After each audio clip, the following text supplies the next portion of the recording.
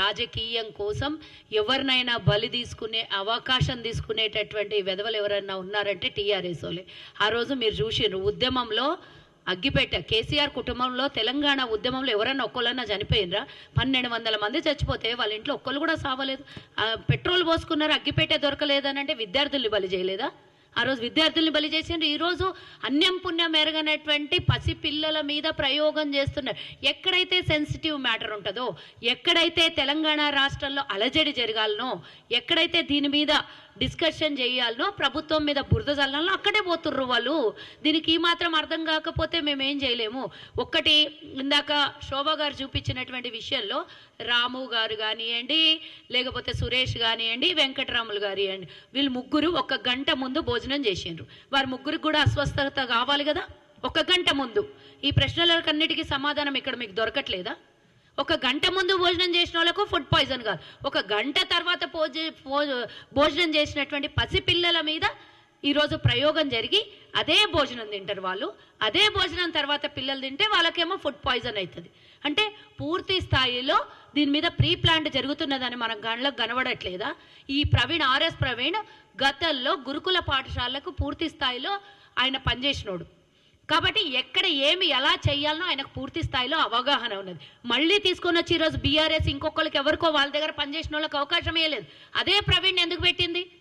దీని మీద ఆయనకు అన్నీ తెలుసు కాబట్టి ఎక్కడ మంచి ఎక్కడ చెడు చేస్తే ప్రభుత్వం బదలామవుతుందో, ఎక్కడైతే సెన్సిటివ్ మ్యాటర్ ప్రేరేపించాలనో అక్కడ ప్రవీణ్ని పెడుతున్నారు.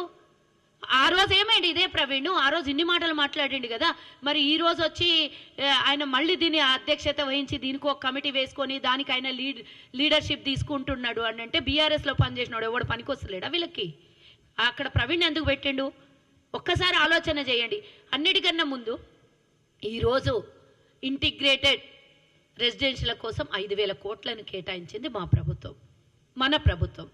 మరి డైట్ గతంలో మనం చూసినాం, పప్పు బదులు నీళ్ళ చారు, అది చారు అంటారో సాంబార్ అంటారో నాకైతే తెలియదు.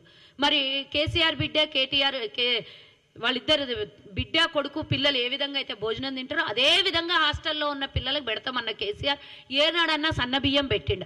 ఈరోజు మా ప్రభుత్వం రాగానే ఇమీడియట్గా హాస్టల్లో ఉన్న విద్యార్థులకి అందరికీ కూడా మేము సన్న బియ్యంతో భోజనం పెడతాము అని ఈరోజు మా ప్రభుత్వం ప్రకటించింది.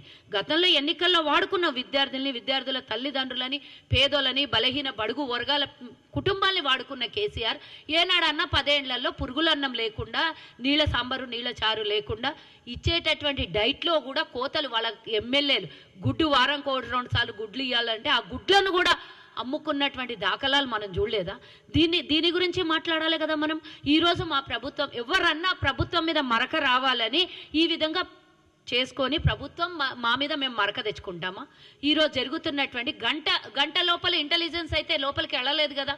లోపలికి వెళ్ళి భోజనశాలల్లోంచి వడ్డించుకొని తిన్నటువంటి వీళ్ళని ఈరోజు ఏం చేయాలనో ఒక్కసారి ఆలోచించాలి కదా. వీళ్ళ మీద నిందలు వేయాలి కదా. మీరు తిన్నప్పుడు మీకు ఎందుకు ఎవరికి కూడా కనీసం ఒక్కసారి వామిటింగ్ మోషన్స్ కూడా కాకుండా మీరు 3-4 రోజుల నుంచి హ్యాపీగా తిరుగుతున్నారు. ఆ పసిపిల్లలు ఏ విధంగా అదే ఫుడ్ పాయిజన్ అయ్యారు అంటే మీరు వయసులో పెద్దవాళ్ళు కాబట్టి మీకు ఫుడ్ పాయిజన్ కాలేదు, పసిపిల్లలు కాబట్టి ఇమ్మీడియట్ ఎఫెక్ట్ అయిందనేసి మీరు చూపిస్తున్నారు. ఏం చేయాలనుకుంటున్నారు మీరు నాకు చెప్పండి. తెలంగాణలో జరుగుతున్న ప్రతి ఘటన వెనుక ఇందాక సోదరి చెప్పినట్టు లగిచెర్ల ఘటన అయితేంది, ఇంకోటి అయితేంది, ఎక్కడ చూసినా వాళ్ళ అనుచరులు, వాళ్ళకు కావాల్సింది రాజ్యాంగం ఏ దోపిడీ చేసైనా సరే బతకాలి, రాజకీయం చెయ్యాలి అనే కుట్రలో భాగమే ఈరోజు ప్రభుత్వం మీద బురద చల్లుతోంది. కనీసం ఫార్మా యూనివర్సిటీకి ఎక్కడ కూడా ఒక్క ఎకరా కూడా సేకరించలేదు, కొనుగోలు చేయలేదు ప్రభుత్వం. దాని మీద దౌర్జన్యం చేసినటువంటి విషయం మనం గమనించలేదు. ఏమన్నంటే ఇంటెలిజెన్స్ ఏం చేస్తుంది, ఇంటెలిజెన్స్ ఫెయిల్యూర్ కాదా, లేకపోతే అధికారి మీద దాడులు జరుగుతుంటే మీ ప్రభుత్వం ఏం చేస్తుంది అని అంటే వాళ్ళు ఇంటర్నల్గా లోపల ఇంట్లో కూర్చొని 4 గోడల మధ్యలో ఆ ఫామ్ హౌస్లో వాడు చెప్పిండు కదా, పట్టుకున్న సురేష్ గారు చెప్పిండు కదా ఫామ్ హౌస్లో పూర్తి స్థాయిలో దీనికి స్కెచ్ జరిగిందని. ఫామ్ హౌస్లకు అయితే ఎవరు ఇంతవరకు ఇంటెలిజెన్స్ వెళ్ళలేదేమో, రాలేనియలేదేమో. కానీ అక్కడ జరుగుతున్నటువంటిది బయటికి వచ్చి వాళ్ళు ప్రజల మధ్యలో మనం సినిమాలలో చూస్తాం కదా, చాలా మట్టుకు లోపల ప్లానింగ్లు జరిగి ప్రజల మధ్యలకి 4 జాగాలకి స్ప్రెడ్ అయ్యి ఏ విధంగా చేస్తారో ఆ విధంగా ఈరోజు తెలంగాణ ప్రభుత్వాన్ని బదలాం చేస్తున్నారు. మేము ఆ రోజు కొట్లాడినాం, కానీ ఇట్లాంటివి మేము వెధవేషాలు అయితే వేయలేదు కదా.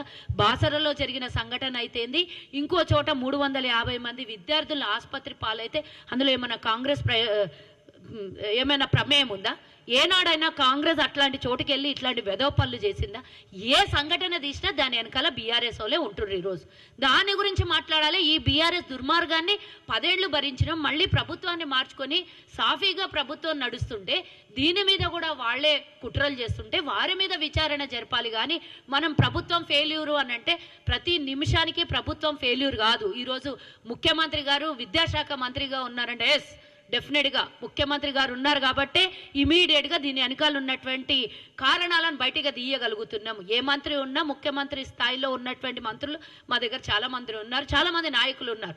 దాంట్లో ఎవరు కూడా తగ్గించేది లేదు, ఎవరు కూడా తక్కువ ఉండేటటువంటి వాళ్ళు కూడా కాదు. కానీ మా ప్రభుత్వాన్ని బదలాం చేయాలని చూస్తే మాత్రం ఊరుకునేది లేదు. మా ముఖ్యమంత్రి గారికి మా నాయకత్వానికి కూడా మేము దయచేసి విన్నవించుకుంటున్నాము. మేము ఒక మహిళలుగా ఒక తల్లులుగా బాధపడుతున్నాము.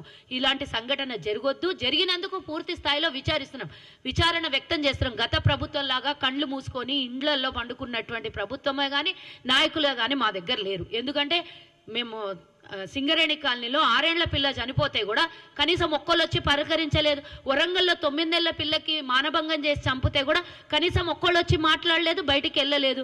మహిళా కమిషన్ కూడా వాళ్ళ దగ్గర ఒక్కరోజు కూడా బయటకు వచ్చి మాట్లాడినటువంటి సంఘటన లేదు. ఎక్కడ సంఘటన జరిగితే అక్కడ మా నాయకులు వెళ్తుర్రు, అక్కడ సంఘటన మీద పూర్తి స్థాయిలో విచారణ జరిపిస్తున్నారు. సీతక్క గారి మీద మాట్లాడితే ట్రోల్ చేస్తారు. సీతక్క ఎక్కడికి పోలేదు చెప్పండి? మేము ఇంతమంది మహిళలం అన్ని చోట ముందుకు వస్తున్నాం. సీతక్క ఒక్కదాని మీద మీ పగ ఎందుకు పడుతున్నారు? అసెంబ్లీలో అవమానిస్తారు, బయట అవమానిస్తారు. దళితులు అంటే మీకు గౌరవం లేదు, మహిళలంటే అంతకన్నా గౌరవం లేదు. మీకు ఎక్కడికి వెళ్ళి మహిళలు కాదు, మీరే అందరు మహిళలు, మీరే అంత మగవాళ్ళని చూపించాలనే ప్రయత్నం మీరు చేస్తున్నారు. ఈ ప్రయత్నానికి డెఫినెట్గా మా ప్రభుత్వం అడ్డుకట్ట వేస్తుంది. ఈరోజు కాస్మెటిక్ ఛార్జెస్ 40% పెంచి, డైట్ ఛార్జెస్ 40% పెంచినటువంటి ప్రభుత్వం మాది. ఈరోజు చదువుకున్న విద్యార్థులకు గతంలో 30,000 మందికి ఉద్యోగం 10 ఏళ్లలో, ఈరోజు మా ప్రభుత్వం వచ్చినాక 55,000 మందికి 6 నెలల్లో ఉద్యోగాలు ఇచ్చినాం. మేము ఈరోజు లీకులు లేనటువంటి ఎగ్జామ్స్ మేము కండక్ట్ చేస్తున్నాం. ఒక్క నోటిఫికేషన్తోనే ఎగ్జామ్స్ అయిపోతున్నాయి మా దగ్గర. అన్ని విధాల ప్రభుత్వం ముందుకొచ్చి అన్ని చోట విద్యార్థులు చదువుకోవడానికి కోసం కానీ దాని మీద ఆధారపడ్డ కుటుంబాలకు చదువుకున్నటువంటి విద్యార్థులకు ఉద్యోగం ఇచ్చే ప్రయత్నం మేం చేస్తుండే బురద జల్లి ఎప్పుడైతే క్రెడిట్ వస్తుందో మేము 18,000 కోట్ల రూపాయలు రుణమాఫీ చేయగానే దాని మీద లొల్లి, మేము మొన్న ఇంకో కార్యక్రమం తీసుకుంటే దాని మీద లొల్లి, మేము బస్సు ఫ్రీ ఇస్తే దాని మీద లొల్లి. మేమేమన్నా చెయ్యాలంటే దానికి సజెషన్స్ ఇస్తలేరు కానీ మేము చేసిన ప్రతి పని మీద వ్యతిరేకిస్తున్నారు. ఈరోజు డైట్ 40% పెంచినందుకు, సన్నబియ్యం కేటాయించినందుకు, ఈరోజు ఇంటిగ్రేటెడ్ హాస్టళ్ళని మేము 5,000 కోట్ల రూపాయలు కేటాయించినందుకు ఎక్కడ కుటుంబ సభ్యుల నుంచి విద్యార్థుల నుంచి ప్రభుత్వానికి ఆశీర్వాదం వచ్చి ఇంకా మంచి పాలన చేస్తారనే భయంతోనే ఈరోజు మా మీద వన్నుతున్నటువంటి కుట్ర. ఈ కుట్రలో భాగస్వామ్యం ప్రవీణ్ని వదలొద్దని మా ముఖ్యమంత్రి గారికి దయచేసి విన్నవించుకుంటున్నా.